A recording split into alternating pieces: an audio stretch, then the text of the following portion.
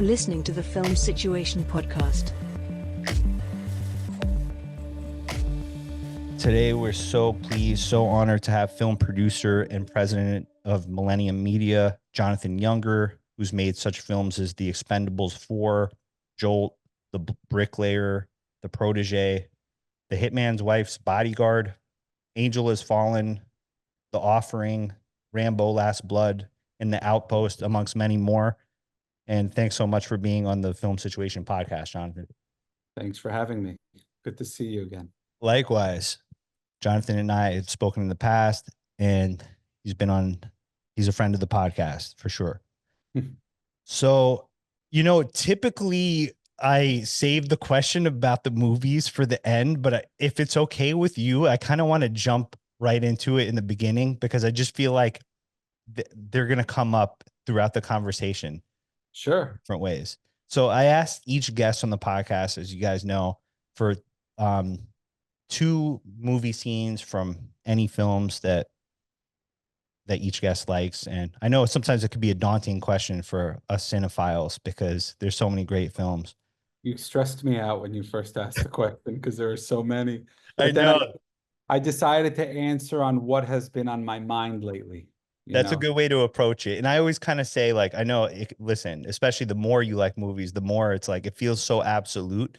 But I always say kind of like, hey, what's the, first couple of things that you come to mind, that films that you love? And you said Forrest Gump and The FABELMANS, which are 2 great ones for sure. You also mentioned Castaway, but I'm thinking we could start with Forrest Gump, and because you had mentioned that that's your favorite film. That is my favorite film. I mean, that's the movie that started it all for me when I was a kid. I remember having it on VHS. And when I just saw Tom Hanks' performance and just the movie, I watched it I think when it came out in 1994. 94, yeah, I saw it in the theater. So I was 8 years old, 7 or 8 years old, and I loved Forrest Gump, which is crazy. I watch it over and over and over again. I was like 12 or 13 when it came out. There's a special memory for me seeing that movie with my family in the theater on the Upper West Side of Manhattan because something really unusual happened. Like, we went with the whole family, like the uncles and I think my grandparents were there because it was near their place. And just like, yeah, my aunts and uncles and everybody was there. And there was some weird sort of glitch where the movie delayed.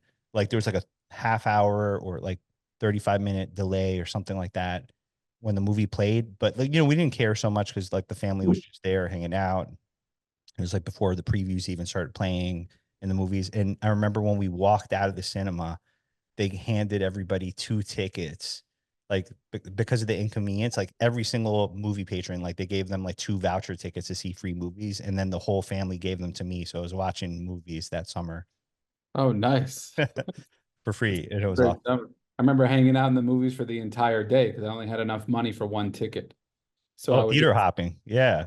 Theater hopping all day long. I would be there from the morning till the night. Yeah. I was never one of those kids like, yeah, we got into trouble and did some stuff, but it was always that kid like, where's Jonathan? Most likely I was at the cinema. Nice. Oh, so Forrest Gump, it's an amazing movie. It's like the epitome of like his ignorance bliss, I should say, and listen, somebody might be living under a rock if they're not familiar or haven't seen Forrest Gump, but I should mention, just for the purpose of the discussion, that it's a story about an intellectually challenged man from Greenbow, Alabama, and his upbringing from being a child in the 1950s and, having a mother that gave him wise advice. And then to his astounding life of becoming an All-American kick returner for the University of Alabama football team, to becoming a war hero and winning the Congressional Medal of Honor for bravery in Vietnam, to becoming a world-class ping pong champion, and then starting a shrimping business with his former military commanding officer, Lieutenant Dan, and which honored his late friend Bubba, and then literally running across the country on a 3-year span, all while maintaining lifelong love for his childhood sort of crush, which is played by Robin Wright, Jenny. And the film, of course, starred Tom Hanks, Gary Sinise, and Sally Field. I think as humans, not just as filmmakers. As filmmakers, we always look for the deep stuff, but just as humans, we're always looking for depth and spirituality and all of those things. But I think Forrest Gump is a great commentary on the fact that the simplicity is the depth, you know? Yes. So it's and you know, this is a guy that just went with the flow. And obviously there's a lot of fantastical things that happened, but he went with the flow and went with his moral compass. And I think in life, when you go with the flow but stick to your moral compass, at the end, good things happen. I like that. Which, by the way, also segues into Fablemans, you know? Totally. Is so before we move on from Gump though, is I mean, listen, one thing I love about doing this podcast is it kind of puts certain films on that I haven't seen. It also forces me to rewatch for films that I might have not seen in a long time. So I rewatched this film for the purpose of this discussion and just forgot how like every scene is just great in this film. I really love this movie as well. It's definitely like in my top 10. Right. Yeah, no, absolutely.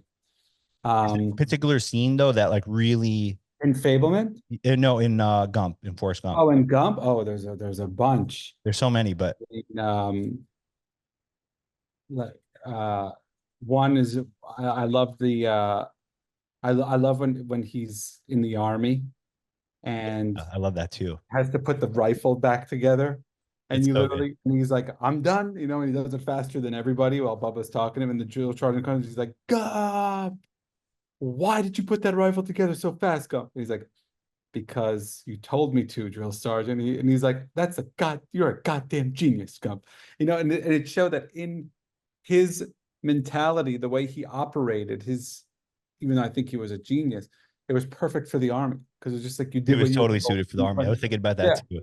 But as long as, and even the advice that Jenny gave him, she's like, you just run, you know, and that's what caused him to save everybody. He just ran, and that's what made him survive. And then he went back to save everyone. That's how he got the Congressional Medal of Honor. Same thing with ping pong. What do you have to do? Simple. Keep your eye on the ball, and it'll do the rest as long as you just stay consistent. So for sure, stuff in life, and I think the soundtrack for that movie.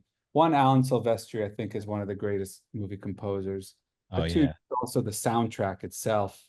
Like the score was amazing, and then the soundtrack, the song choices, great song choices. Like Creedence Clearwater Revival, really a great music budget. Leonard Skinner, like amazing stuff. And kind of Tom Hanks. I could watch that guy read the phone book. Oh my God, Tom Hanks was on fire. Like what an incredible run, right? Like I think it was like back-to-back Academy Awards for Hanks because he won for Philadelphia the year before. 2 years in a row, yeah. What he won for Forrest Gump and he won for Philadelphia. It was 2 years in a row, and those were some really great years, 92 through 94. I mean, you had Forrest Gump, Philadelphia, Schindler's List, Pulp Fiction, Jurassic Park, Pulp Fiction. I mean, so the Shawshank Redemption, the Shawshank Redemption that year. I mean, that couple years was a great time for movies for sure. It's Hook. Don't forget go ahead. Hook. You had Hook. Oh, Hook, that was another incredible film. And Newsies. Newsies. That's right. Yeah, it really was a great era. I grew up going to the movies a lot. It sounds like you did too. Yeah, you mentioned that. And my dad used to take us to the movies a lot. Like I remember on like Tuesday nights, like seeing Hook on a Tuesday night at the movie theater, and just so many great films. Man. And then I mean, I want to talk about Fabelmans just because it's really, really been on my mind lately. Oh yeah, for sure. That movie moved me. And it moved my wife. My wife and I actually saw it in the theater when it came out. And then I saw it again. Actually, when I watched it with my wife, it was my second time watching it, going to the movies to watch it.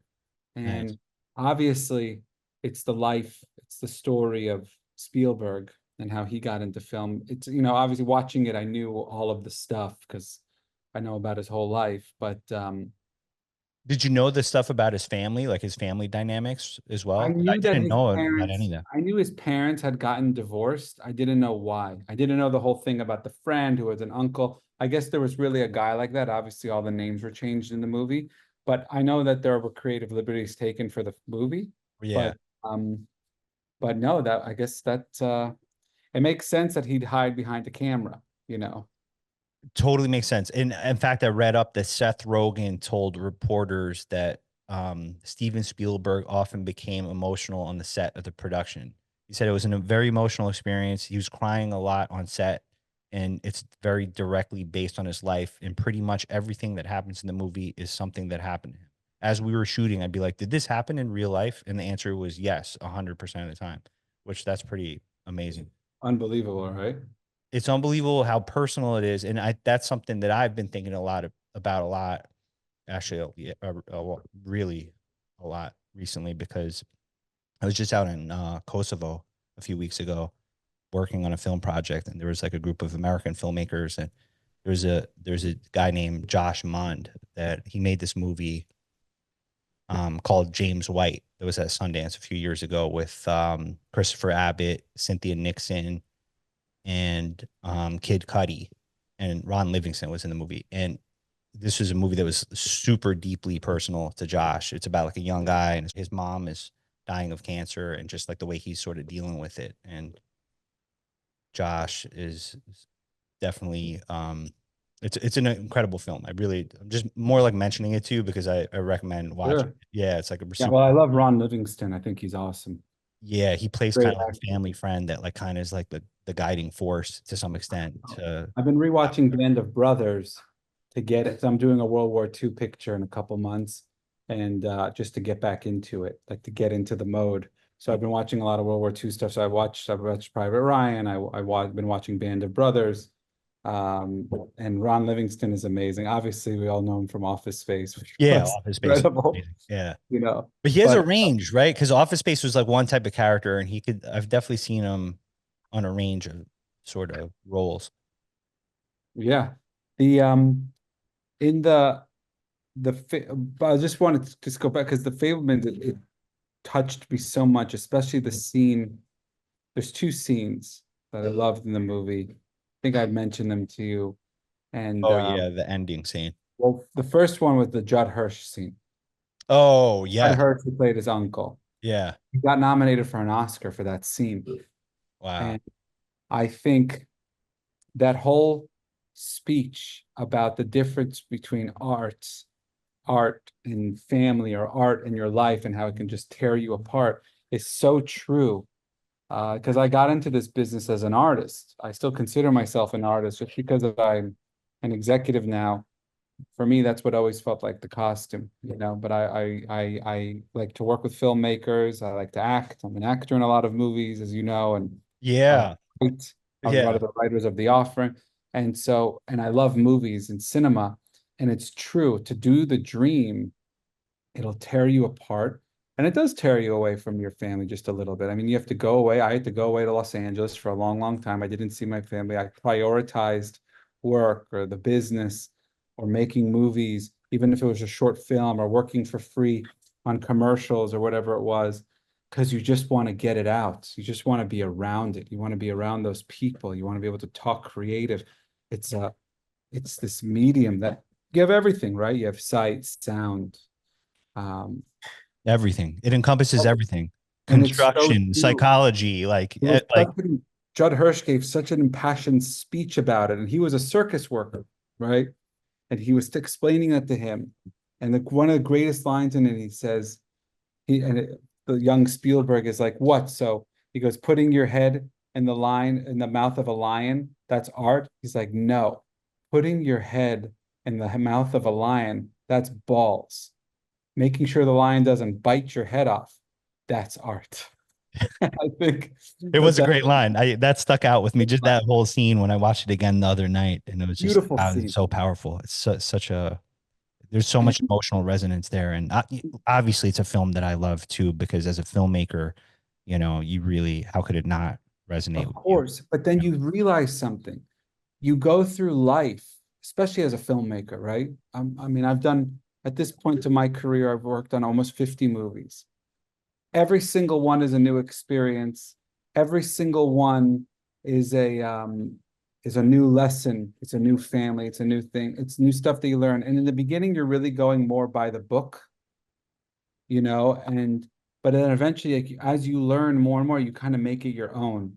And I think that that's what Spielberg was trying to say in the last scene of the movie, is that this whole time he was listening to people, and he has this scene where he wants to see his hero, John Ford, which we know is one of the greatest Western filmmakers of all time, between him and Sergio Leone. Oh yeah. Um, Love and Sergio David Leone. Lynch, who just crushed playing John Ford. Oh But my God. I wrote that too. David, that's what I wrote as well. yeah, He and he crushed came it. in and he came in and he said he had this opportunity to meet his hero, right? To really meet his hero. And he just came to meet his hero, and And he actually, he didn't know. I like that it was a reveal because at first he's there at the studio for a job interview, and the studio director is like, "Hey, do you want to meet somebody that makes movies?" And he's sitting in this office, and then he starts to notice the posters for like The Searchers and The Grapes of Wrath and The Man Who Shot Liberty Valance, and he's like, "Oh, you know," and you see it. You're on that journey with him like because, he's just like, oh my God, yeah, holy yeah, shit. oh my God, you I'm know, about to be, and I love the how simple John Ford was with it. He gave him a piece of advice, one thing. one Where's the takeaway. horizon, right? Where's the horizon? Go to every picture. If the horizon, where is it? It's at the top. If the horizon's at the top, it's interesting. If it's at the bottom, it's interesting. If it's in the middle, it's shit. Then he says, you get it? He's like, yeah. He's like, okay, now get the fuck out of my office. He leaves and he's on a high. That shot where you see Spielberg, it's the camera's from the ground. You see him in his legs, and he's walking off. He's on a studio lot. He's walking off. You see him going, and the horizon's above him. Yeah, Then you see the camera, just someone pans the camera up, and it lines up directly with the horizon. Spielberg, while they were shooting that shot, he walked up to the DP, and when they were actually shooting the movie, and he grabbed the camera and went up. And the reason why he did that, I think, is yes, I took people's advice, but eventually I made it my own. And if I want to put in a shot that makes sense for me where the horizon is dead center, that's exactly what I'm going to do, which means yeah, still bring a piece of you. And so he made it his own. Yeah, there's the way, there's the formulas, but you got to make it your own when you're telling your stories. That's what separates people. The artists that have balls that go to do stuff. And and that's what I always tell young filmmakers, and I'm still learning myself. I mean, I still feel like I'm a child in this business, even though I have so much experience. I do have a lot of experience, but I love that you say that. By the way, I try to keep what I try to keep is that wonder. I'm still obsessed with movies. I'm still obsessed with how people do things. I can still watch. I've got a lot of people that I know in the industry, they don't watch movies anymore because they're sick of them. that's And sad, I right? think that that's super sad. Yeah, Yeah. exactly. They make them, but they don't watch them. I still get lost in them all the time. I'm on a Western kick. I'm actually always, my wife makes fun of me all the time because I'm always on a Western kick, and she's literally like, as we said that, by the way, she's in the kitchen with our son, and she was just like grass.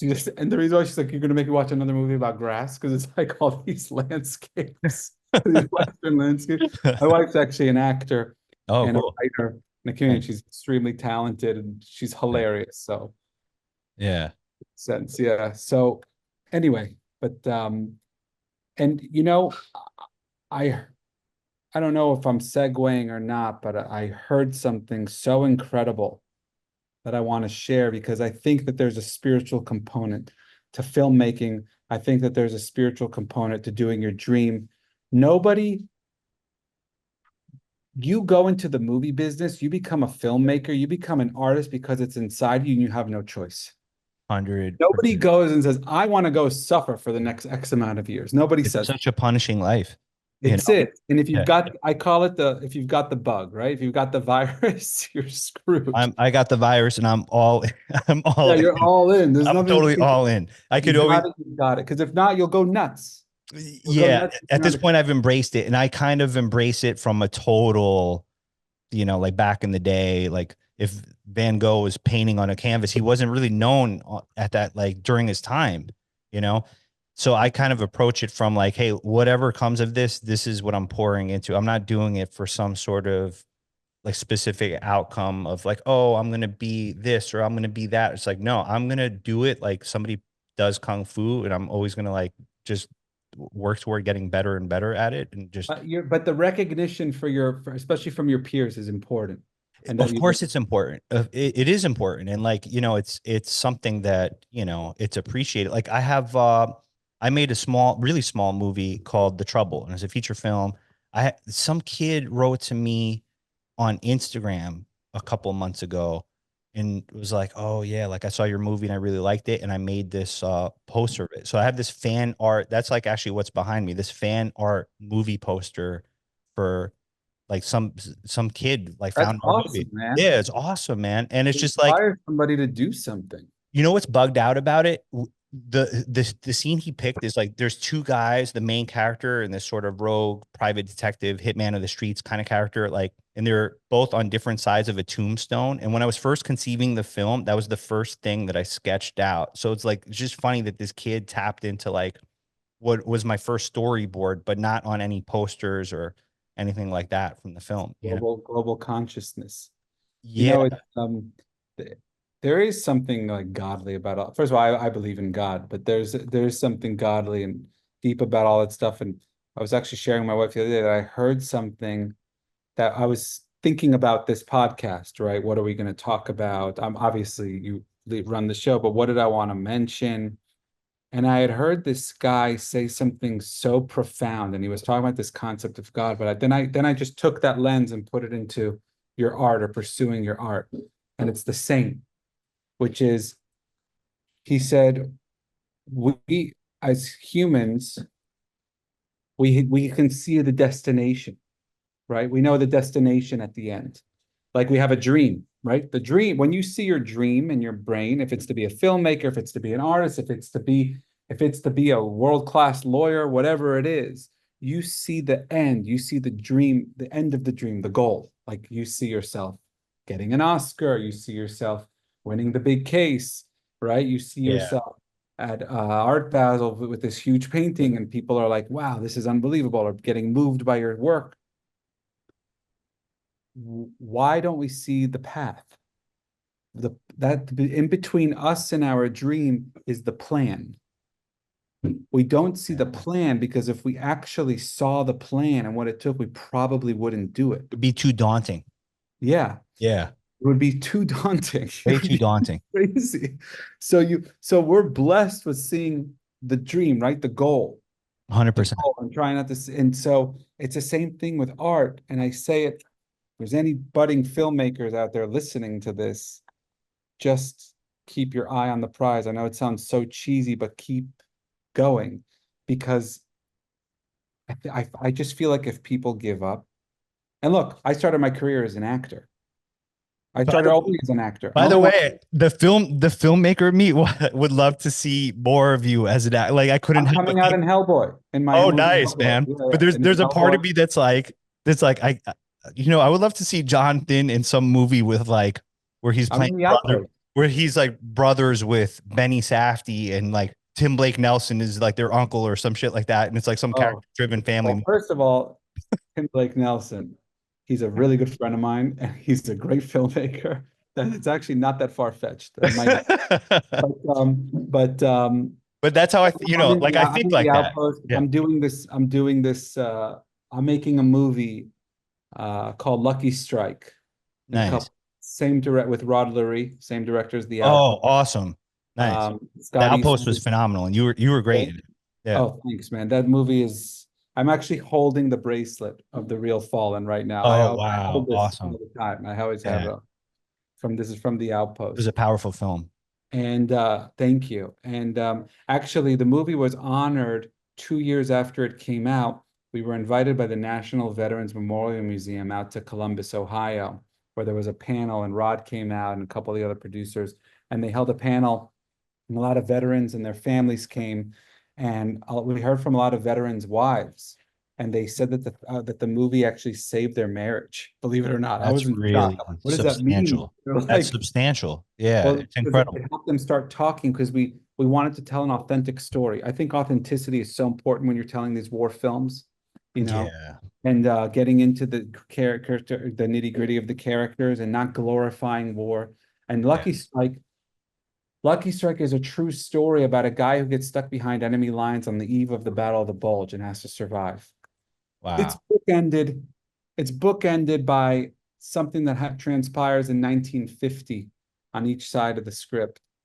That is a commentary on how women were treated during the war and what happened to them when the war was over. After they were working in the factories, they kind of got thrown out, and and about a guy who makes good on that, and fixes that. And so it's with Scott Eastwood, Colin Hanks. Speaking of Tom, Nice. Yeah. Tom I Hanks is try to fun. use the Hanks in all my movies. In the Outpost, Rita Wilson sang the song. Just getting closer to Tom. Just joking. They're Yeah. all really talented. Colin, I'm a huge fan of since the Yeah. movie Orange County a long time ago. Oh yeah, And yeah, with Jack Black. Yeah. and we have Ingenue Ellis Taylor in the movie, she got nominated for the Oscar for playing Venus and Serena's mom in King Richard. Oh, okay. Yeah. And then we have Taylor John Smith, who played Yeah. Lieutenant Bunderman in The Outpost. He's in Where the Crawdads. This guy is an excellent actor, man. He's a great guy. Yeah. My wife is actually in Lucky Strike. Oh, cool, cool. Yeah, she's playing a nurse. No, so when you studied acting, did you like go to acting school? Were you like studying like a Stanislavski based sort of approach or I anything? did. I actually did. Well, I did theater since I was 12. I've been in about 50 plays. Wow. I did, and I used to love theater. I still love theater. And then I moved to New York. I studied at the Lee Strasberg School, but they had a 2-year program at the Actors Studio. It was like a joint program Nice. It's a I great got school. into. Yeah. I did that. But I don't know, man. I liked it a lot, but then I thought that there was people that I was like a little too nuts. Like there would be these people in the acting classes, like the crazy ones that are like, they would do a scene and be like, I can't, like run out of the classroom. Like, what the hell Yeah. is going on here? Like, I've done some heavy stuff in acting, and I was like, I never got to that point. I'm like, I can't, it's with me. Right, right, right. And I Yeah, believe I'm in with you. giving. I come from I'm a filmmaker, but I come from like a pretty, you know, Albanian immigrant blue collar family. I was doing welding iron work before doing Sure, filmmaking. yeah, I worked all those jobs, man. I come from an Israeli immigrant family, and I grew up. I worked as a locksmith. I My drove dad truck. had a locksmith business. That's so Yeah, funny. I used to My work in dad had a locksmith in locksmith New business. York when I lived in New York. I used No to go. way. Yeah. I'm so curious which business. It wasn't Webster Lock, was it?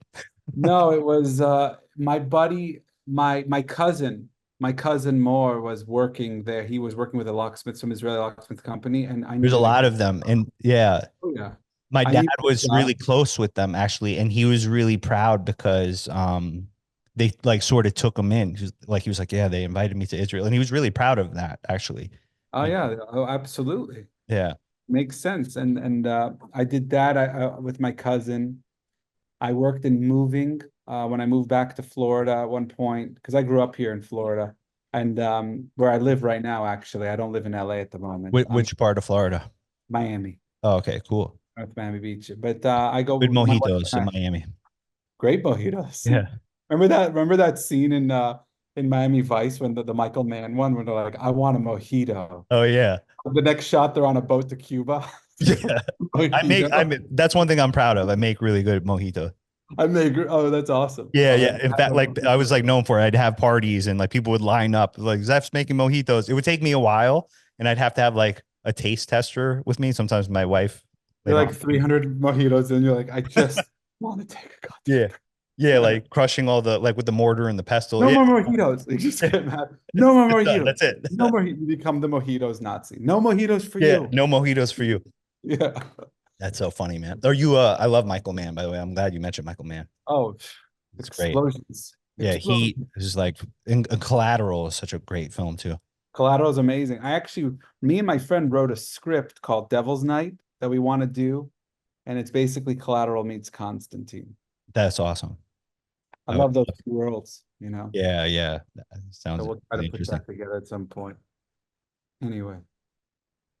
By the way, going back to the Fablemans, yeah, I just love that part where David Lynch, and I didn't know anything when I was seeing the movie in the theater. I had no idea that David Lynch was gonna. Oh, yeah, me It either. was such a nice surprise. It was like, oh shit, it's David Lynch. You know, he's No, great. he's walked in, he has the lipstick all over his face. Yeah, he was. Love how Spielberg in that scene, he really took his time. He let him feel the pressure of being in the presence of someone like that as somebody who has no experience. He had the camera sitting on him, even when he was taking the cigar out. I How much wrote that too. Yeah, he like so much time. there's so You much time where he's cutting up this cigar and he's just like really taking a puff, and like I love that he took his time on that because it's Yeah. such a build up. And Oh, totally. So they say you want to be pictures, or what it was. like why this business will rip you apart. Yeah, well, rip you apart. Why? Yeah. It's That's fantastic. amazing. And there's something childish about the way Spielberg makes the movie, sets up his shots. There's no way that there's no way he's planned. And you learn that later about him is that he would just come in, and I feel like a lot of the greats just do that, especially if there's dialogue scenes. He would just come in and and just block it how he's seeing it and see what goes. That's Right? important to do because I'm sort of a planner for sure, but you have to leave some wiggle room to like change things on the day Yeah. in the moment and use your instincts. Like I'm Yeah, really and let their movement. I think, but as long as you can bend the rules as long as you know them, right? Like, so if you have yeah. a dialogue scene going on, let's say if you're set up on sticks, for example, if your camera is set up on sticks and you have a dialogue scene, you have two people, right? You're shooting two people here, you're shooting like that. Then you need movement. If you're just set up on sticks, there's got to be some sort of movement that's coming. If you're not set up on sticks and you're going handheld or steady cam, you can have two people sitting down, but you're moving, Yeah, for sure. And I think, listen, even guys like David Fincher, who's one of the By most the way, can I ask you a question? I'm sorry. Oh yeah, Can of course. we pause for 1 second? Of Because I'm course. Yeah. I'm Yeah. gonna Take move to a different room because my wife has to feed my son. no. Totally understand. Yeah. Take as much time as you need, man. All right, sorry about that. All right. No 'Cause, worries. yeah, my wife was starting to feed our son. He was making noise. I forgot. How old is your boy, by the way? He's 8 months. It's gonna be Nice. 9 months on September 11th. God bless, bro. Thank you. I have two kids and it's the essence of life. Best, huh? Yeah, yeah, for sure. Hmm. All right. So, and by the way, I agree a lot about what you're saying about like films tying into like the spiritual sort of aspect. And I believe in that wholeheartedly. And, I think there's a reason that there was a lot of filmmakers like Martin Scorsese was studying to be a priest. And then instead he became a filmmaker. And same thing Yeah. with like Danny Boyle, who made Train Spotting, or like Akira Kurosawa. And I'm sure there's people that were going to become rabbis or something. I think Darren Aronofsky or something, or Yeah. like, Look, I study Torah all the time. I have to learn the deep stuff and we apply it. It gets applied to your everyday life, but of course it gets applied to your job and to your art. It just comes out of you. And I think if you look at things through a lens of cause and effect, which I think is really important, and you look at the world, really, like, Shakespeare said it, the whole world is a stage. If you really look at it like that, one, it makes it really exciting. And two, it really helps you,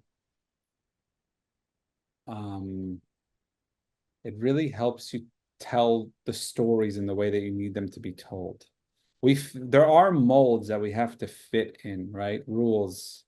But then you start to make, like we were talking about before, like you start to really make them your own, like I was talking about sticks and being hand 100%, and all of that stuff. or the But 180 rule or whatever it is, all of that stuff. Look Yeah. at Kubrick. Kubrick jumped the 180 line all the time. all the time. He And there were did it on even purpose. continuity things that you're like, wait a minute, like Yeah. he knew what he was doing. We're He like knew in it so China. well that he Yeah. knew how to manipulate it, Yeah. which means that you can do what you want, manipulate and do, but you have to go into having the foundation and knowing, and that just comes with experience. I don't think you learn that in film school. I don't think you learn that. You learn the basics and all that stuff, but No, that's only through experience. the 100%. film industry is trial by fire.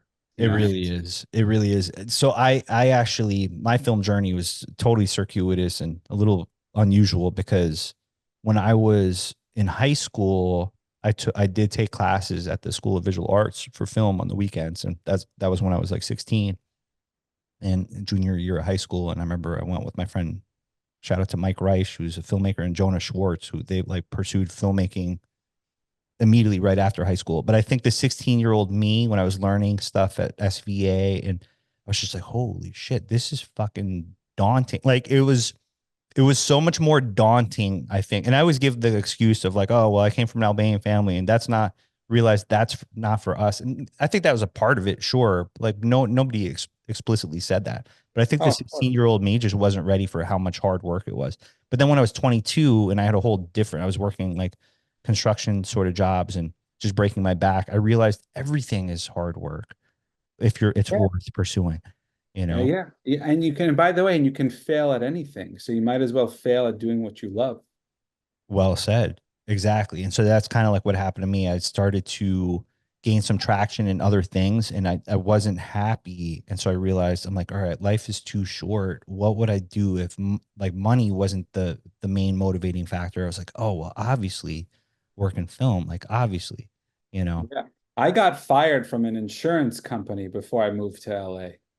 I was back in 2010. I was working as in a fucking insurance brokerage. Do you know how Wow. insane? It got to the point where I was bringing my camera to work and I was making short films with the Aflac duck because I was so bored. I was working there. That's It was like amazing. a means to an end. It was just a job. I was getting paid like $500 a week or $600 a week. And there was a point where I was like, oh, this is gonna be my life now. Like after all of that, doing theater, and I made my first short film when I was in school in New York. And doing all these things, and I'm like, yes, I'm gonna. And then I get back to Florida, and I'm like, oh, it's hard.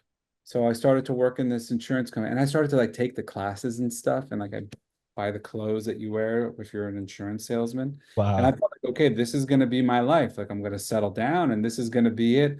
Yeah. I was working. They put me in the marketing department, and it was my friend's mom's brokerage, and her name is shout out to her. Her name is Rachel Sapoznik. She saved my life, and I'll tell you why. She calls me into her office one day. She's like, look, people are complaining that you're not doing anything. And I was like, oh, she's like, I have to fire. I was like, I have to fire you. But I have to fire you. Clearly she liked you as a person. Yeah, she loved me. She was like a Yeah. second mom to me. Her Yeah. son, Yeah. her good friends growing up. Yeah. She says, I have to fire you, but on one condition. I said, what? She goes, you move to Los Angeles and start to pursue your dream. Wow. And she wrote me a check and he said for a nice amount. And she goes, this is your severance. And I'm like an idiot, like answering back. I'm like, severance. I barely work. I worked here for 6 months, And she's like, just shut up. She wrote me a check, gave it It's to me. amazing, man. I was in my car with all my shit packed up 3 weeks later, driving to Wow. California. And it was so cheesy. I played the Phantom Planet song, California, like over and over again. And I remember getting to LA. I didn't know anything. I didn't know anyone. I didn't know what to do. But I knew that when I got there, when I got to LA, I was like, this is where I'm supposed to be.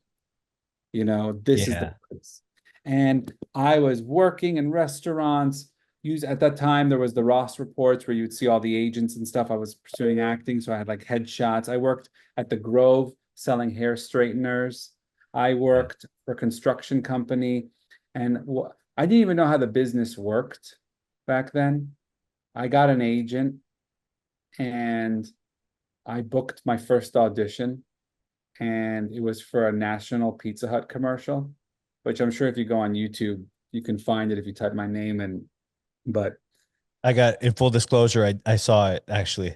oh, you did? Yeah, Okay, so because dude, I do check this research out. when I do this Yeah, podcast. So like I yeah. typed in your So name the and Big that's Italy, the Big Italy pizza. So first, I didn't, but and I I was like it. I think it's all part of it. Like I look at it, it's like it's all part of like your you know journey. what I did? I booked the commercial. I call my mom. Yeah. And, Mom, she's like, yeah. I'm like, we did it. You should move to LA. And she's like, why? I'm like, because I made it. She's like, why? What do you mean you made it? I've been in LA, by the way, for like 5 months. She's like, I booked a Pizza Hut commercial. She's like, so I'm like, well, if I understand, if my calculations are correct, the commercial will come out. It's a national commercial. Someone will discover me and I'll be a movie star by next year. And I actually thought I lived in that world. I was like, Yeah, this. trust me. And a year I later, get I it. was You working in a play it. restaurant. So it almost takes being that delusional to pursue this business with that much Yeah. vigor, because everybody kind of plans for the best case scenario. Like, Yeah, everyone's like, yeah, this is, of course, this is what happens. And I remember when I booked it, I was like, I'm going somewhere fancy to celebrate. I drove to Duke's in Malibu. I ate a seafood lunch that I definitely couldn't afford. And, that's I used to amazing. do that, by the way, because I've been broke a lot, pursuing this business, being in LA, being in New York. I've been broke a lot, a lot. I remember my car was about to get repossessed while I was working at the L'Hermitage Hotel as a waiter. And but there was always just like this hope as an artist that something good would happen. And forgot what I was about to say on that. Oh Yeah, man, listen, man, let me tell you something. I oh, could this is what relate I to would that. do. Yeah. I'm sorry to cut you off, No, Seth. no, no, not at all. What I'm I just would saying I do. could relate And I wholeheartedly. give, this is what I tell people pursuing something. If you're at this end of your rope and you feel like you are, and you're like you're broke and it's hard to pay the rent, I swear, do this. This helped me. I would take whatever little money I had left, go. I like steak dinners. I love steak Me and too. salad. Yeah. And I would go to Boa in LA. I would go to Boa by myself or with a friend, and I would sit there as a broke ass actor, and I would order myself a nice steak dinner, and I would eat a steak, and I would feel better, and I feel better about myself. I don't know what it was about that experience. I just knew I was like, or I would give some charity. Every time I gave charity, something came back. I love But that. just to give myself to say I feel good with this steak dinner. That's the concept, right? It's not about the steak. It's not about the restaurant. It's not about. It's the fact that I wanted to get something for myself, and I wanted it to be like this was mundane. It was part of No, the. I think it's good. And also I don't know you so well, Jonathan, but you strike me as somebody that also appreciates the smaller things in life. Absolutely. You strike I me as don't that live. person I'm that like the doesn't least. take things Yeah. for granted like that. That's my Yeah. impression. I'm kind Absolutely. of that way too. Like I could be so passionate about a movie, or I could be also passionate about the tomatoes that my mother-in-law grows in her garden in the Bronx, and like they're delicious, Absolutely.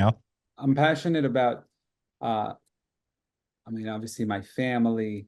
Um, I do archery. You mentioned that Archery. last time, which is Yeah, awesome. That's archery awesome. is I haven't done it in a while because we had a kid, and it's been nuts with the kid. I was Yeah. actually with my son. My wife went away for the last, she just got back a couple weeks ago. She was away for almost all summer doing a movie. So Wow. so I was here with my son, But which you know by what? That's a good experience too, because I was kind hell of yeah, the with like, bonding. yeah, the bonding is big. Like when my son was born, and I was in a How old are they, situation by where the way, your kids? my son is 9 and he's about to turn 10 in October, and my daughter Addie, we call her, she's turning 6 this month Wow. It on the goes fast. 19th. Does it go? Because mine's does My it go God, it fast? goes so fast, man. It goes so fast. So you really do have to savor those moments, Yeah. for sure. I'm working from home these days so that, because my son and wife, they're home and we have a nanny that comes. But if I can steal 15 minutes here, 20 minutes there, I like leave my desk and I go play with him or hang out with my wife. It's And so big. Yeah. I'm just trying to take all that stuff in because, I like to also try to learn from the experience of others. And I've got a lot of friends in the industry, obviously, and some of them never really settled down. I don't think they're that happy, and some of them did, but they let the work, they drowned in the work, and it ruined their life at home. Yeah. I feel Yeah. like finding that balance is so important, man. It's so important. And it And kind it's of goes to hard. like what you said earlier with like Forrest Gump. Like my personal mentality is, and listen, I'm sharing a lot here, more than I Yeah. normally share on this podcast. But when I first got together with my wife, I told her, I was like, listen, you're just going to have to like trust me, but I will be trustworthy. Like, you know what I mean? I'm going to be around situations, like, I'm going to be around things, but like, I'm going to do the right thing. Cause like, that trust is everything. And I feel like if you kind of go with your moral compass and you like do the right thing, it holds the family together in a more dynamic way. Absolutely. The way that it's set up is like the man, you bring an energy home. If you bring the energy of something else into your house, it's there. It's not Yeah. going anywhere. I believe in that 100%. Like there's no Yeah, like secrets. Like secrets always come out and they destroy things, you know? Absolutely. I totally agree with you. There's been thousands of movies made about that. Yeah, yeah, for sure. And So, actually, you made an interesting film, kind of on the horror film, The Offering. oh yeah. It was kind of Speaking like of delved into spiritual those stuff, topics, and I really liked it actually, and oh, it thanks. was a heavy film, but it was meant to be, and it went there. Well, it's originally, so my writing partner on that and my producing partner, Hank Hoffman, who's one of my best friends, we also have an AI company. I have an AI platform that was Interesting. born out of that movie. We should A talk some year more. later. We should talk some more one day about that, because if I actually have something to send you, I'm the first. This is something I'm kind of proud of. I'm the first person in the world to make a AI movie trailer in Oh, 2016 what did when I you worked at use? IBM. Oh, I that's was working at amazing. IBM at the time, and it was like this joint thing with 20th Century Fox and IBM, and it was for this movie called Morgan that was directed. It was produced by Ridley Scott and directed by his son, Luke Scott, and the trailer, the movie kind of didn't do like, it wasn't like a smash hit, but the trailer got a lot of press and a lot of attention. So Right. that's That's something. really cool. Yeah, Yeah. look, you can do it. People are doing that with my platform is called arcanalabs.ai. And what our whole philosophy is, the AI is not going anywhere. Yeah, I agree. But in a lot of the other platforms, the artist is the assistant to the AI. And my platform, the AI is the assistant to the artist. That's how it should be. That's That's exactly how how it it should be. should be, Yeah. it should be assisting you. And so it's the artist's ideations, the artist's sketches, the artist things that you're being made into concept art or whatever it is you want to do. So people take a lot of the images that they make on our platform, and also we have a suite of generative AI tools to help you. And what's interesting is that as an independent, because I'm still considered an independent, the budgets of movies today are going higher because of the costs of, nails and styrofoam and wood and paint Everything. and all that stuff. I go to Home Depot, the Where we're price of saving everything money. is more expensive. Yeah, no, it's so crazy. Yeah. It's so crazy. I ordered.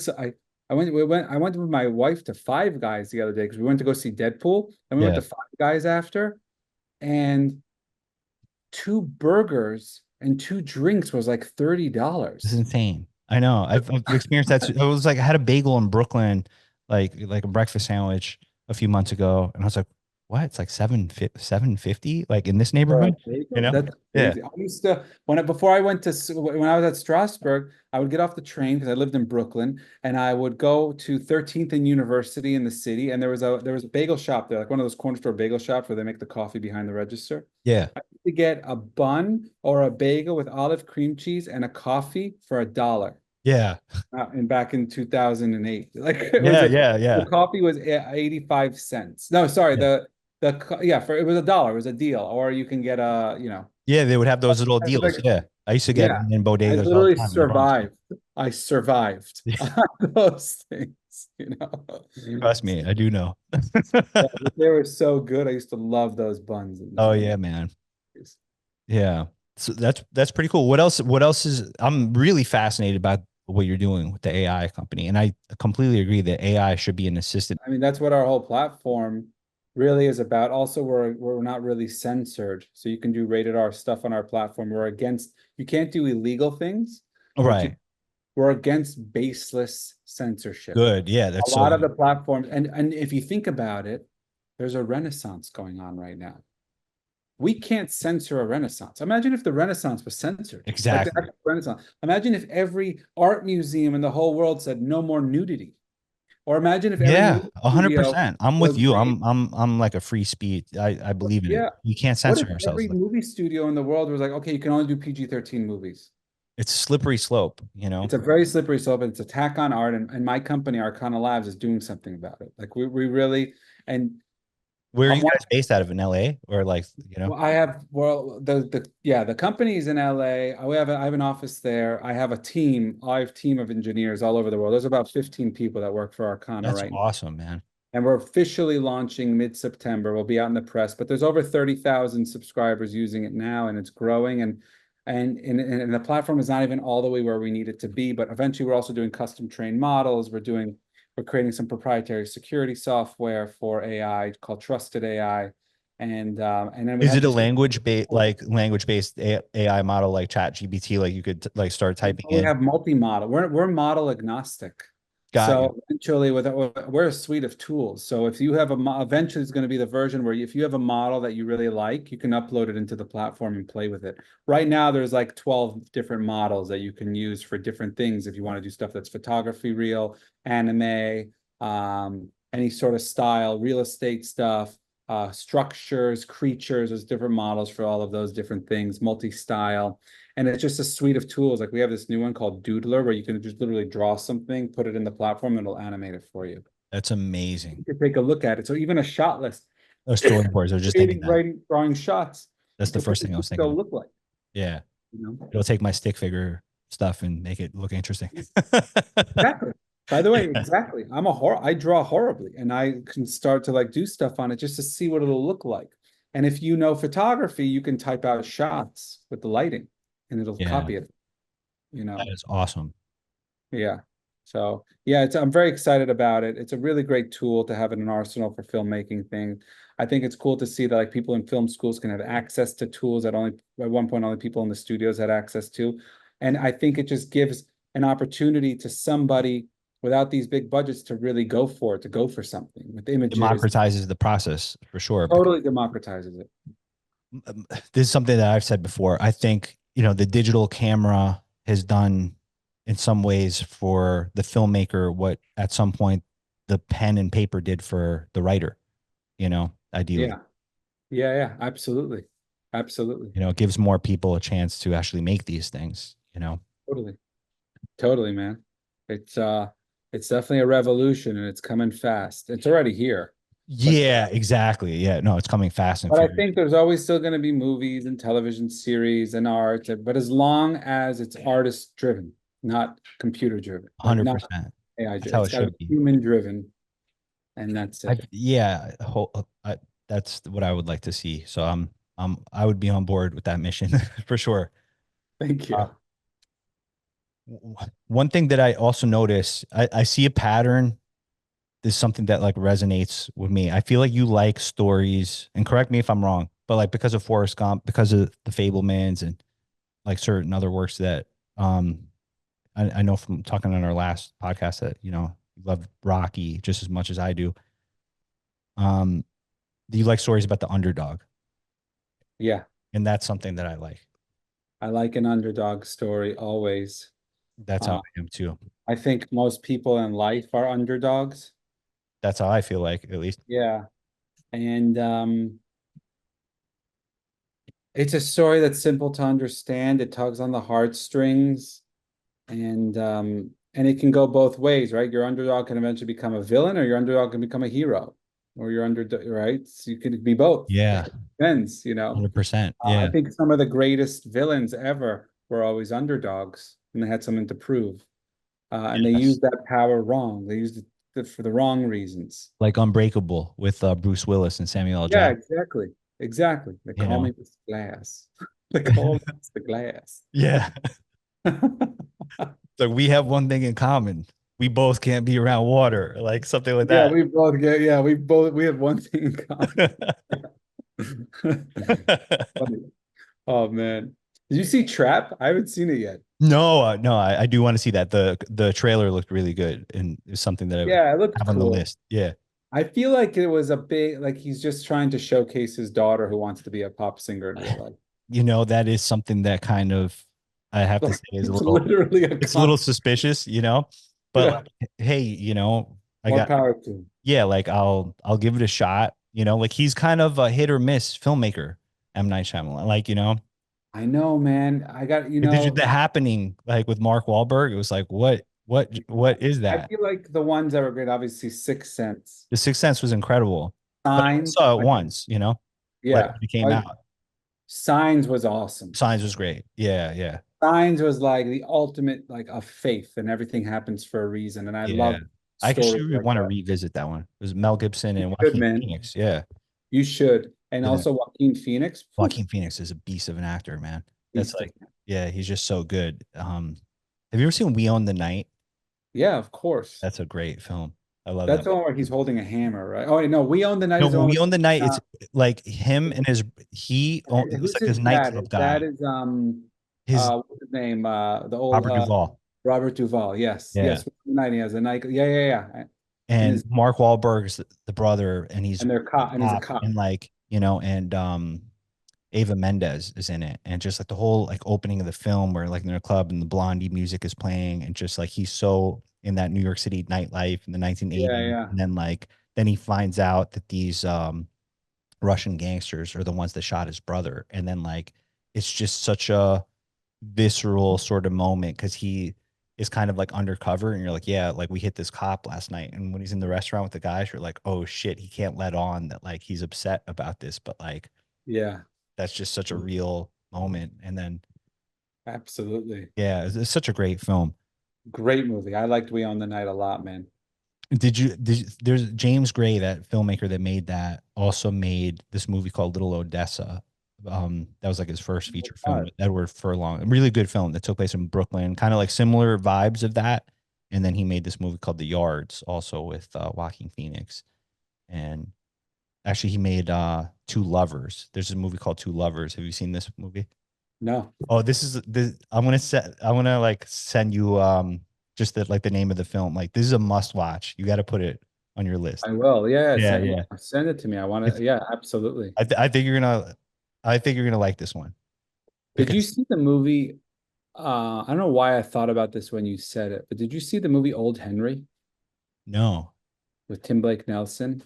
no, I've seen Leaves of And Grass Patsy with Tim Gray. Parkinel. I've seen like a bunch of films with Tim Blake Nelson and It's this filmmaker Patsy Pontarelli. He made this movie. You got to watch it. It's like yeah. this thriller. It's like a Western thriller. Okay. And oh Well, yeah, Tim Blake Nelson. First of all, as a filmmaker, he's amazing. As a writer, he's incredible. But as an actor, he's something else. Like man, we got to get him on the podcast. Just put in a you good should. word. Yeah. I will. I absolutely will. He's awesome. I Nice. saw him. I was in New York. He lives in New York. I was in New York like No, 5 months ago, 6 months ago, or something like that, and I had dinner with him. that's awesome. Um, he's awesome, man. He's like, Yeah, remember he's the such a Art of good Buck character. Drugs? Yeah. Yeah, yeah, yeah. With the Coen brothers. When he like hits the guy's face and he gets Yeah, shot yeah. He's great. so many times. Great, man. Do not, or well, brother art thou, do not seek the treasure. Like, Yeah, he was great in we that. thought he was a toad, Everett. So good. Have you seen anything else lately that's blown you away besides Um, have I seen anything else that's blown me away? or just that you've been really impressed by? I watched Longlegs the other night. Okay, that's one that's on a A20. That's like an A24 film, right? It was no, it's Neon. Neon, got you. Neon did. It sounds like an A24 film, right? Does sound like an A20. Monica Monroe. Yeah, it was pretty cool. It's kind of like it's not a horror movie or anything. It's a thriller. It's a psychological thriller about and That's with Channing Tatum, right? it's Micah Monroe, the girl, the actress, and actually Longlegs, the bad guy, like the killer, is played by Nicolas Cage. Oh, okay. It's a Nicolas Cage movie. It's Okay. not a Nicolas Cage movie. It's a Yeah. Micah Monroe movie, but it's Okay, I see. but he just plays this insane. I got to check it out. Yeah, Have you seen the movie Pig with Nicolas Cage? I love that movie. Love that freaking Where he movie. just wants. I love that movie. You know what? I was telling my brother, I was like, man, because sometimes, people rip on Nicolas Cage sometimes. They're like, oh, he's kind of a shitty actor. I was like, you want to see what kind of actor he is? Watch the movie Pig. Yeah. He could He's show an you that he turns it incredible on. actor. He's an I had the incredible actor. opportunity to make movies with him. I know Cage. Nick is great. He's Yeah. a real artist, like a real one. And he where was oh, by the way, off of Pig, there's this documentary called Truffle Hunters. If you ever have a chance, if you like the whole thing of truffles, you should watch it. It's like I'll check it out. Yeah, I love documentaries as well. Have you ever seen Dogtown and Z Boys? Those of narrated. course, the Lords of Dogtown. Well, not the Lords of Dogtown. It was like similar story, but like the actual documentary Oh, about the it. documentary. Yes. Yeah. I've seen the documentary, and I also saw Lords of Dog. Rest in peace, Heath Ledger. Yeah. My God, he Oh was. yeah, about the Z Boys, the guys who skateboarded and all that stuff. Yeah, yeah. I thought that was such a Really great documentary. there, that time, that era, they're like in Venice, California. When I was in high school, there was a girl I dated. I had a high school sweetheart, like we were always dating on and off. And her mom was really cool. And she was originally from Venice, California. And so she was telling me a story. She knew I'm a music is my hobby. I'm a musician by hobby. I Oh, play cool. guitar, harmonica, piano. I like to play music. I like to sing. And I was in a band in high school. What sort And of music? in high school, it was a rock band, but I like to play folk music today. I play a lot of acoustic. My wife actually bought me a beautiful Taylor acoustic guitar for my birthday this year. And Nice, I man. play harmonica, I play piano, and I just like to play and sing. And it's just it's just great. And but I love music. And I love bands. And Red Hot Chili Peppers are one of my favorite bands. So You're a great my band. my so my high school sweetheart, who's my friend today, uh, her mom was telling me this story. She's like, yeah, when I was growing up in Venice, I was selling my car and I sold my car to this guy and I sold it for like $2,000 or 1,500. And like he negotiated and got it down because he was broke. And I was like, what do you guys do? She goes, oh, he's like, my name is Anthony. I'm in this band called the Red Hot Chili Peppers, but we're really gonna make it big. And like talking about back in the 80s, Anthony like in the Kiedis, early that's 80s. wild. And it was Anthony Kiedis who bought her car. That is incredible. And I met Anthony Kiedis three times in my life.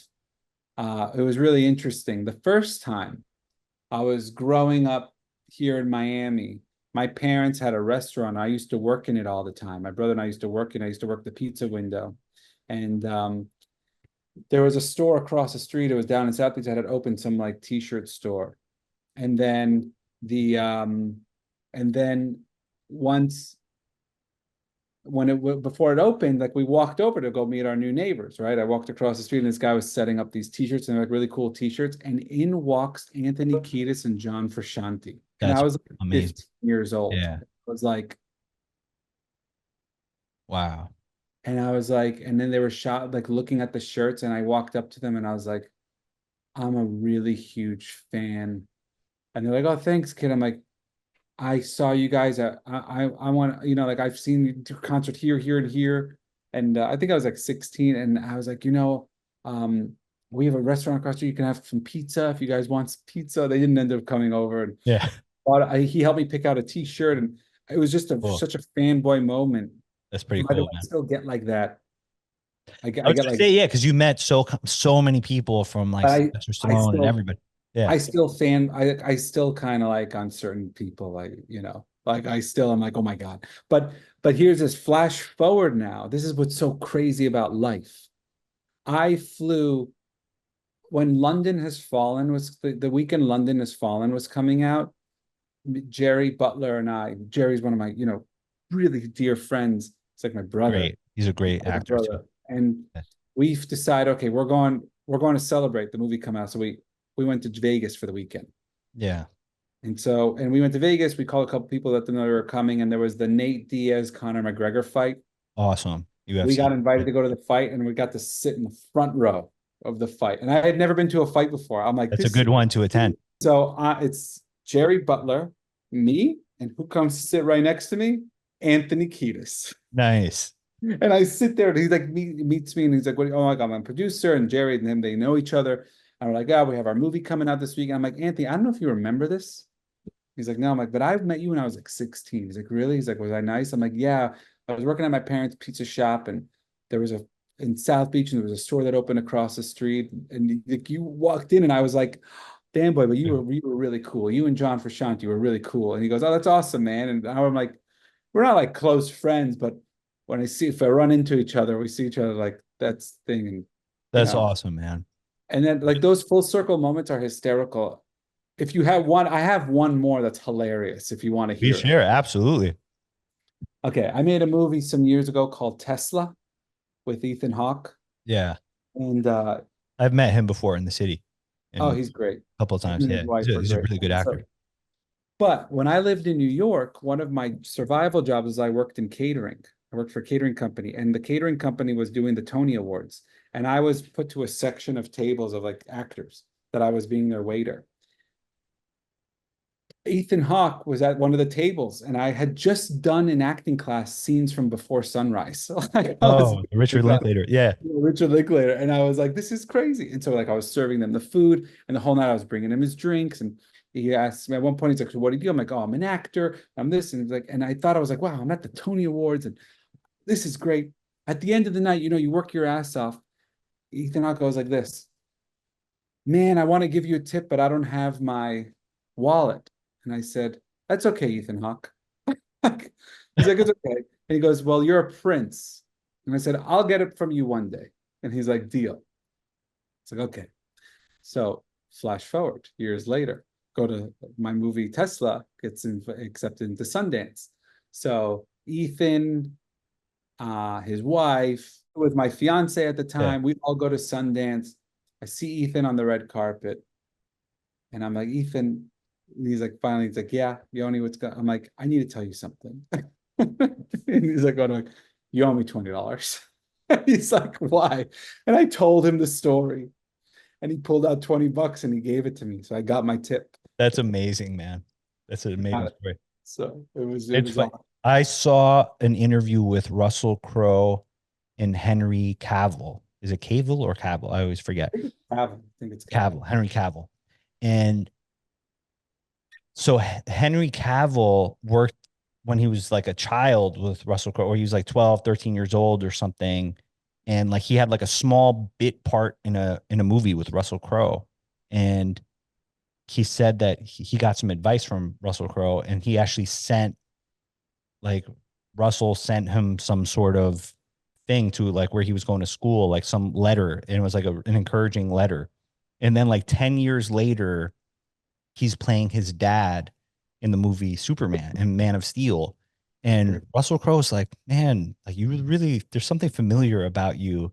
And I guess like he was too embarrassed to mention the story at first. That's That like, crazy. That's like the story about Bradley Cooper when he asked the question to Robert De Niro in the actor's studio. Bradley Cooper yes, I was remember a that. And then student, they and played James Lipton together. was interviewing De Niro, and he got up and asked a question. Like, and he asked a great question. And there they are, like years later in Silver Silver Linings. Linings Playbook, which is Isn't also that, awesome film. Yeah, I love stuff like that. yeah, I met wild. Mark Ruffalo one time at Sundance, and he couldn't have been a nicer guy, honestly.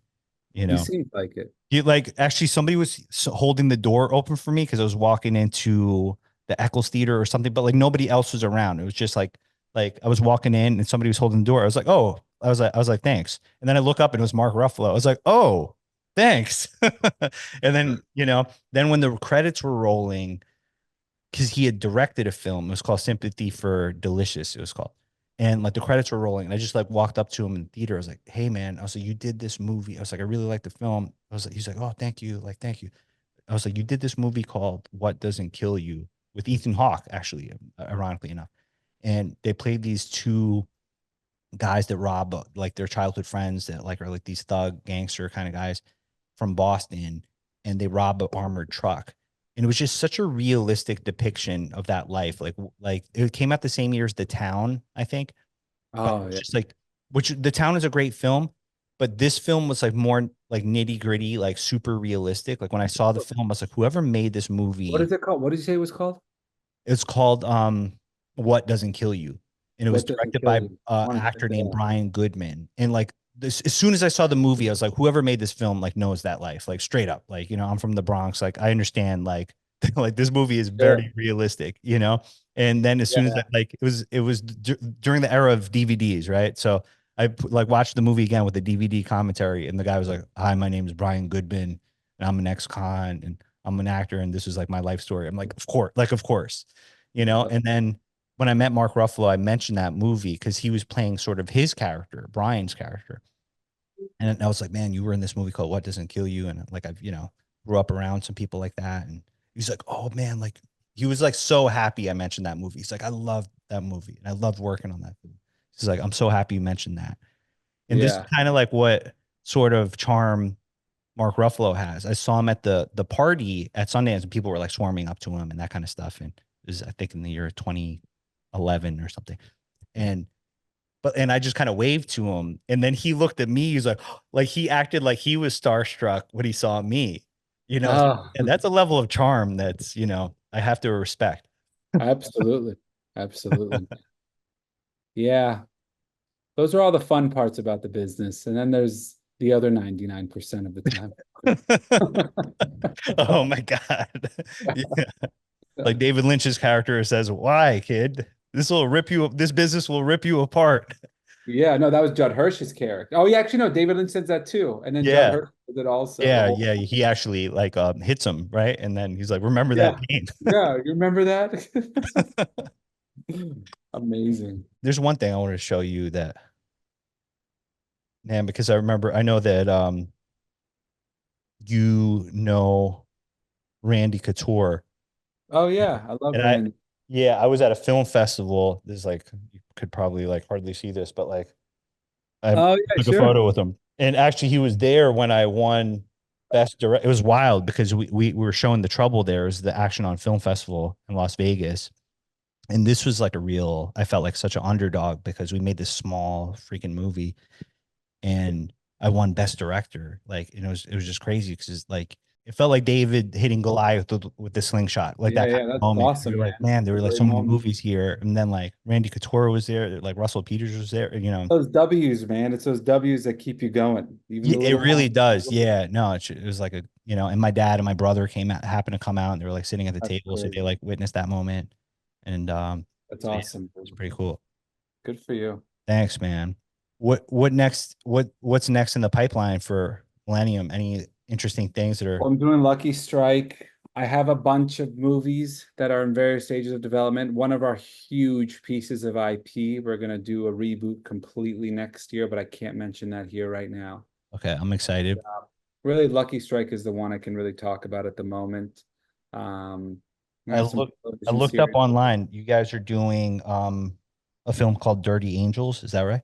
Yeah, but that's coming out that's in the can. It's coming out in December with Lionsgate. Okay, cool. And that's an action movie. It's pretty cool. It's an okay movie, you know. It's fun. All right, nice. Female-driven action film starring Ava Green and Ronali Shimon from Fauda and Ruby Rose. And Cool. yeah, directed by Martin Campbell. It's fun. Nice. And we Oh, have Martin Campbell that did Crooked Casino Man. Oh, Royale. yeah. Yeah, I love. Crooked Man's coming out, the Hellboy. It's really like a shot for shot of the graphic novel. It's awesome. It's like Hellboy really as it's intended to be, how Mike Mignola intended to be, you know, a horror film, a genre film. Awesome. And it's come out in October. And then I've Subservience. I think Subservience is coming out this month with Megan Fox. That XYZ is releasing it. Yeah. And Megan Fox is in a few Millennium films. I like how she's sort of yeah, that in she the is. fold. Yeah. But she is. She's in the fold. She's Yeah. great. And yeah, and that's pretty much it for right now, man. That's all Cool, she. man. Yeah. I By the way, appreciate. Talk, I'm man. oh, say it again. I said I really appreciate these talks. I unfortunately have to get going. Of course, of It's course. bath Yeah, time. yeah. I appreciate you being so gracious with your time, and Of course. yeah, then And it's great to talk to you, Zeph. And when I'm in New York soon, I'll let you know. And please let me know. Dinner on me, man. If if you like steak, I know some great places out there that, excellent. yeah. Well, dude, it's always great to see you. I'm Likewise, happy to Jonathan. talk Glad to that you like things are going well with the family, and yeah, thanks, man. Thank you for listening to the Film Situation podcast with your host Zeph. Today's guest was Jonathan Younger, film producer and president of Millennium Media. Original music by Yuri Ryback.